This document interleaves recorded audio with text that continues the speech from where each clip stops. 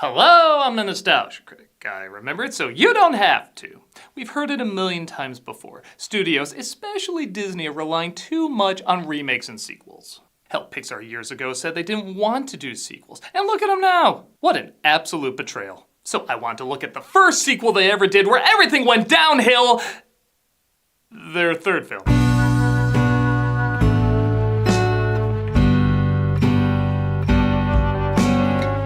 Yeah, it's pretty fine to think Pixar was so gung-ho about not doing sequels when their first one was only after one film that tried a different idea.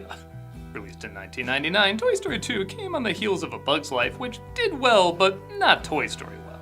So there was some concern about whether or not Pixar was a one masterpiece wonder. But luckily, a lot of care was taken to not just retell the same story, or, in the few moments they do it in a clever way. And this resulted in my personal favorite of these films. A lot of people say 3 is their favorite, and it's good, it's just... I'm sorry, scenes like that are just so stupid. Toy Story 2 found the perfect mix of pushing the boundaries of the art form, keeping the comedic writing on point, and evolving the story and characters. It's a film that still holds a lot of relevance for many people and felt less like a cash grab and more like a passionate story these filmmakers wanted to tell because, well, it was just a good story to tell. I still love it all these years later. I'm gonna take a closer look at why.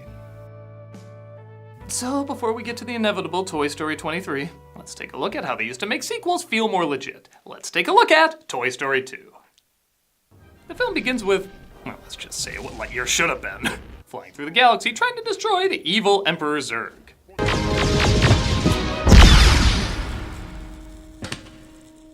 Yeah, I know everybody knows that video where somebody told another person that Toy Story 3 ended with all of them getting burned. But be a real asshole and show this to a 5-year-old edited like...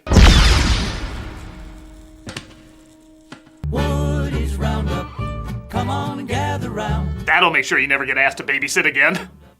This is all revealed to be a video game being played by our heroes from the previous movie. However, Woody, played again by Tom Hanks, is nervous because he can't find his hat before Andy takes him to cowboy camp. In just a few hours, you'll be sitting around a campfire with Andy making delicious hot schmoes. Schmoes and hoes everywhere. Bo tells Woody to look under his boot to see Andy's name written on it. The boy who wrote that would take you to camp with or without your hat. I, on the other hand, will be sold in between movies, but given a consolation film. This was all planned ahead. Oh, not in front of Buzz. Let him look. She was going more for his nose in a way that kind of looks like... How did that not become a meme? I found your hat, Woody. My hat! They find his hat as it looks like it was taken by the family dog. Okay, you found me, Buster, all right. Hey, I have a cat named Buster. Not everything I have to say is funny.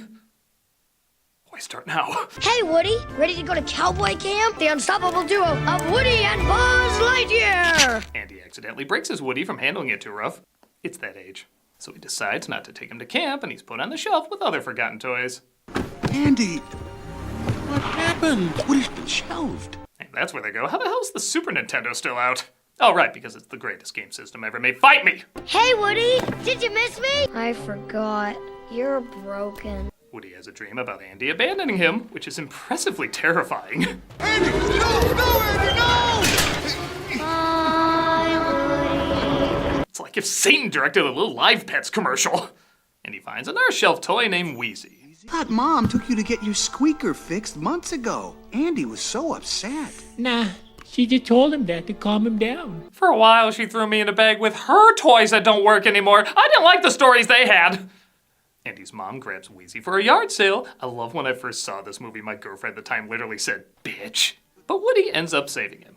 Woody falls off, though, and gets picked up by a guy named Al. And he lived in a sewer with his hamster pal. Who's played by Wayne Knight. I'll give you $50 for it. $50 ain't bad. Have you been on eBay? Al steals Woody as Buzz tries to save him, but fails. Why would someone steal Woody? Actually, the real question is, how has someone not tried to steal Woody in the other films? For when Woody is brought to Al's office, he finds he's a rare collectible worth tons of money, especially when part of a complete set called the Roundup Gang. And this includes Jessie, played by Joan Cusack, Stinky Pete, played by Kelsey Grammer, and Bullseye, played by an uncredited George C. Scott. I'm officially freaked out now. Oh, we've waited countless years for this day.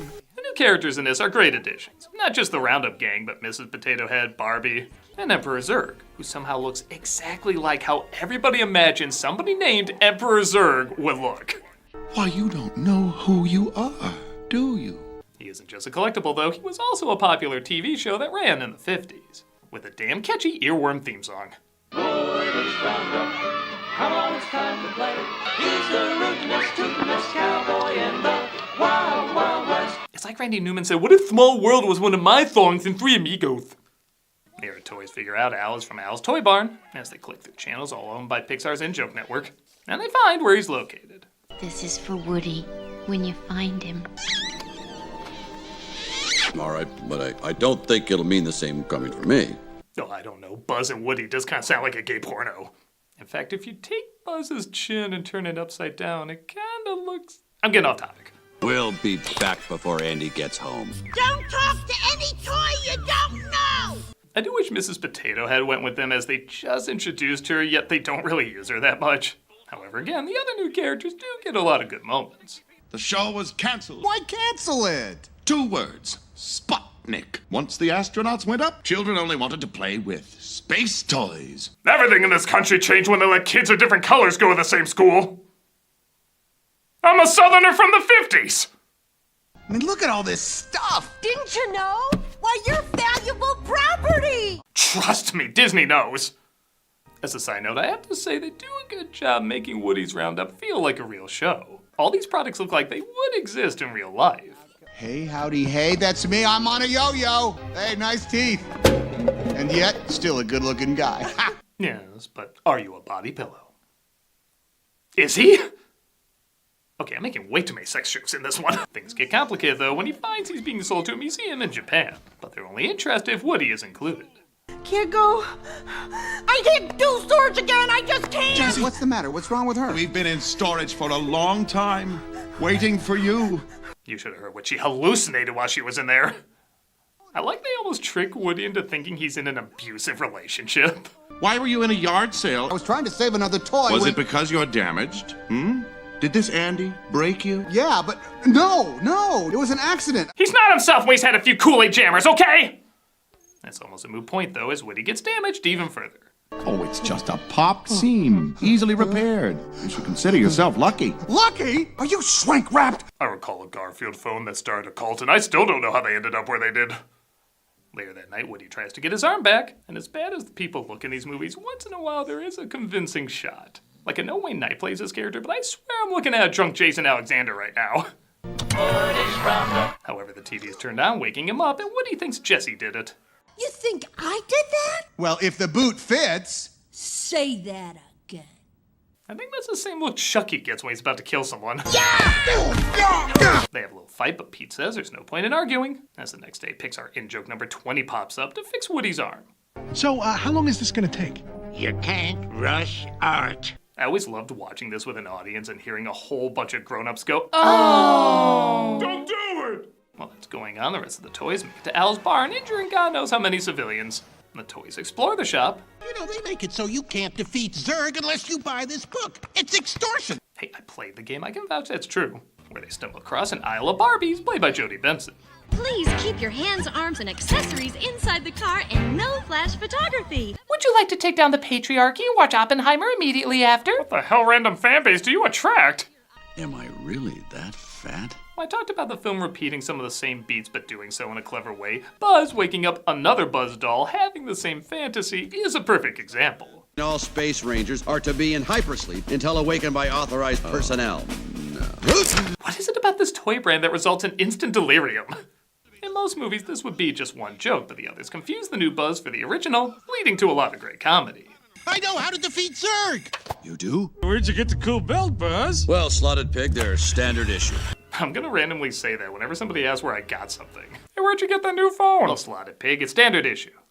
Woody gets ready to leave with his brand new arm, but not before saying goodbye to Jesse, who he sees has been through a lot more than he thought. You see, Let me guess. Even though you're not moving, you feel like you're alive, because that's how he sees you. How did you know that? Emily was just the same. So even though it's a little out of nowhere, seeing how it's the only song in the movie that's not a repeat or being heard on a TV, something like that, this musical number is pretty great. When somebody loved me, everything was beautiful. Yeah, I give old Randy a hard time, but this song really does hit in the feels pretty effectively. So the years went by, I stayed the same, but she began to drift away. I also appreciate this is a fun, interesting character, even without the trauma. In fact, if you think about it, she has 2 traumatic elements, being abandoned and being claustrophobic. But while these elements help develop her, they don't define her. I like this as a new character that has a lot of layers when honestly, they didn't need to. She would be just fine if she was the fun cowgirl with a lot of energy and fun one-liners, but they really give her a lot to work with without feeling forced. You never forget kids like Emily or Andy, but they forget you. My only problem, while I love that this movie didn't just repeat what the first movie did, all the sequels repeated what this movie did. Yes, you could argue every movie is about adjusting to change, but in the first film, it's about how it's not as bad as you thought. Something added doesn't always mean something taken away, it just needs to be rediscovered sometimes. This movie introduces the idea that inevitably something has to be taken away and how to deal with that. The opposite end of the issue mentioned in the first one. And it's great. How long will it last, Woody? Do you really think Andy is going to take you to college? Or on his honeymoon? Andy's growing up. And there's nothing you can do about it. But that's what Toy Story 3 and 4 are about. The villains always have the same backstory of not being loved enough. Sometimes they even get the same conclusion. And the main character always has to accept an oncoming, unstoppable change. Now, like I said, I do like 3 and think that's the direction it should have gone and was building up. But this is why 2 is my favorite. Because you legit ask, what would you do in a situation like this?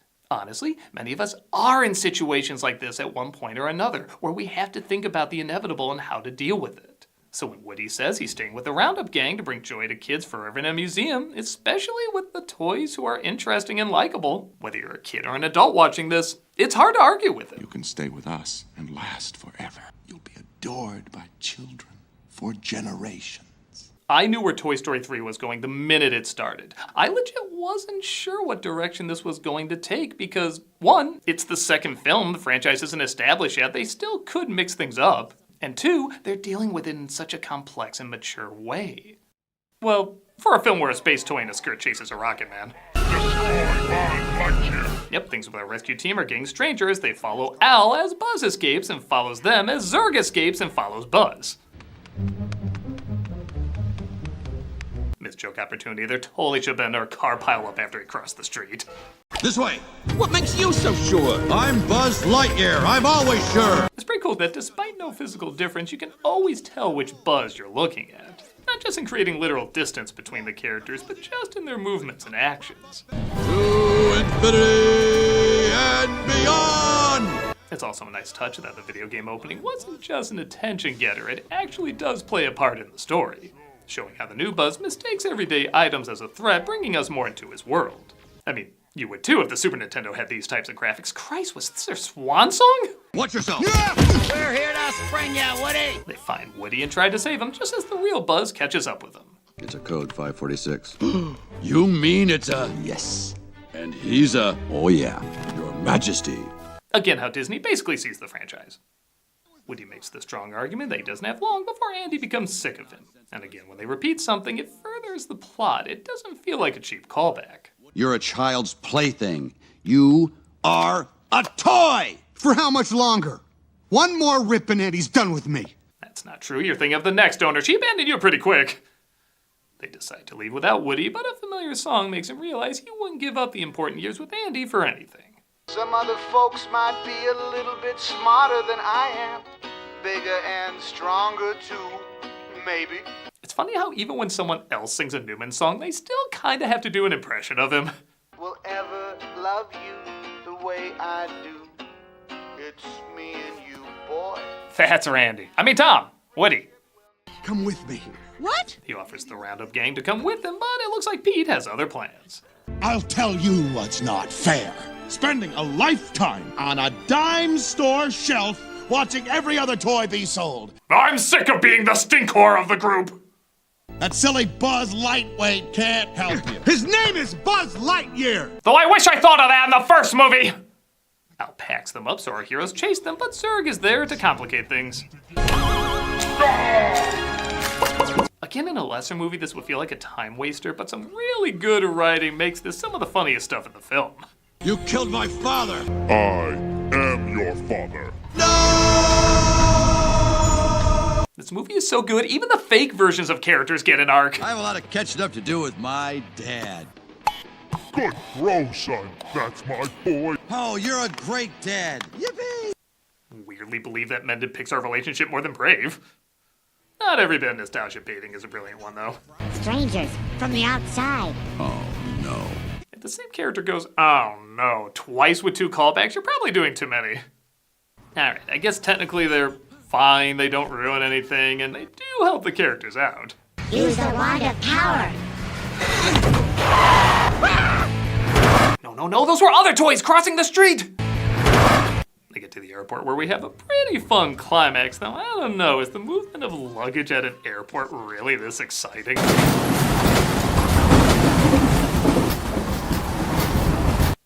Somehow it's even more exciting! Now they put Stinky Pete with a new owner. Look, Barbie, a big ugly man doll. Again, that's presumably how most girls look at men after the Barbie movie. Come on!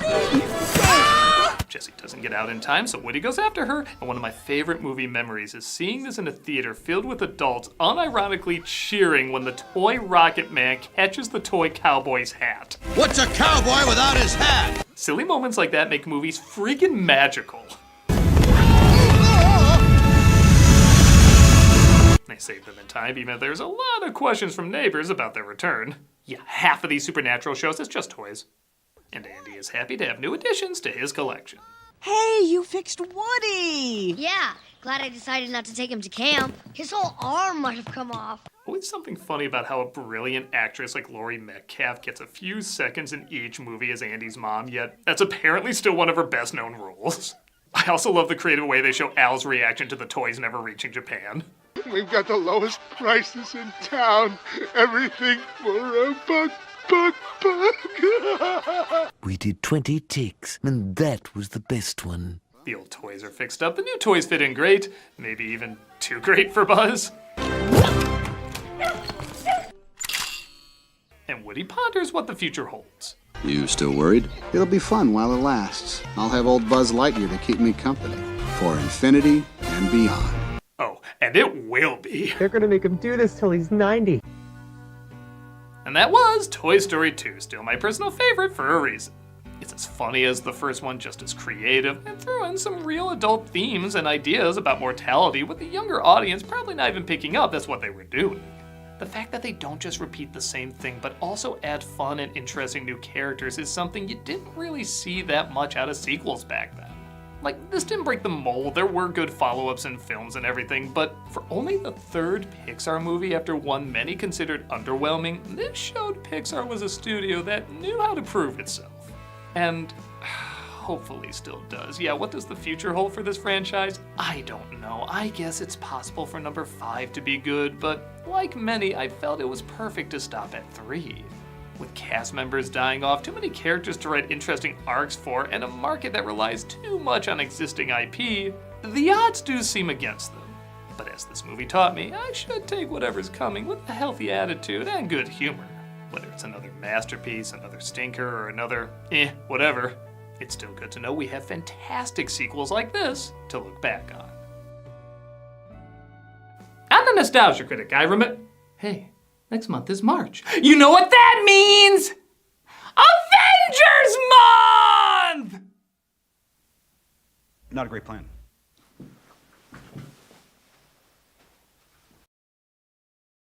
Oh, you're a great dad. Yippee!